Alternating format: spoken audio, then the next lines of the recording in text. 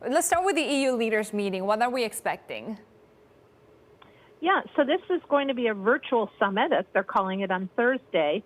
And one of the main topics will be how to aid economies that have obviously been very hurt, in some cases almost devastated by the virus. And one of that we are already hearing that there's going to be some clashes, likely clashes. The Italian Prime Minister Conte is expected to renew his call for joint euro area bonds to aid economies like his. And there's some countries, obviously, that don't want to go this route. The preferred route for Germany is not this. They don't want to see this, and obviously they have a lot of sway. So that'll be one of the big topics that we expect. Another is what happens as some of these countries try to ease their lockdowns, and what does that mean for other countries that are continuing lockdowns, and what about borders? So these are all going to be the kinds of things that we can expect in that summit discussion.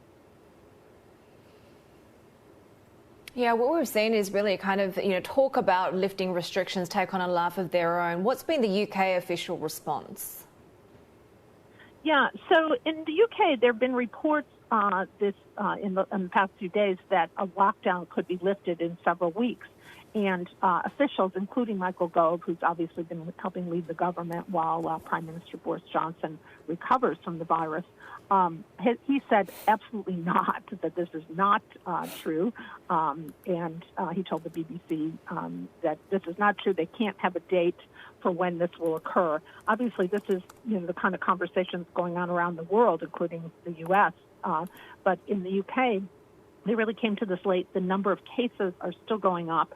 And they're also having a problem with protective equipment for hospital workers. So this has really been an issue there, and he's trying very hard, and other government ministers are trying very hard to really quell this discussion of opening up, that they just don't see that yet.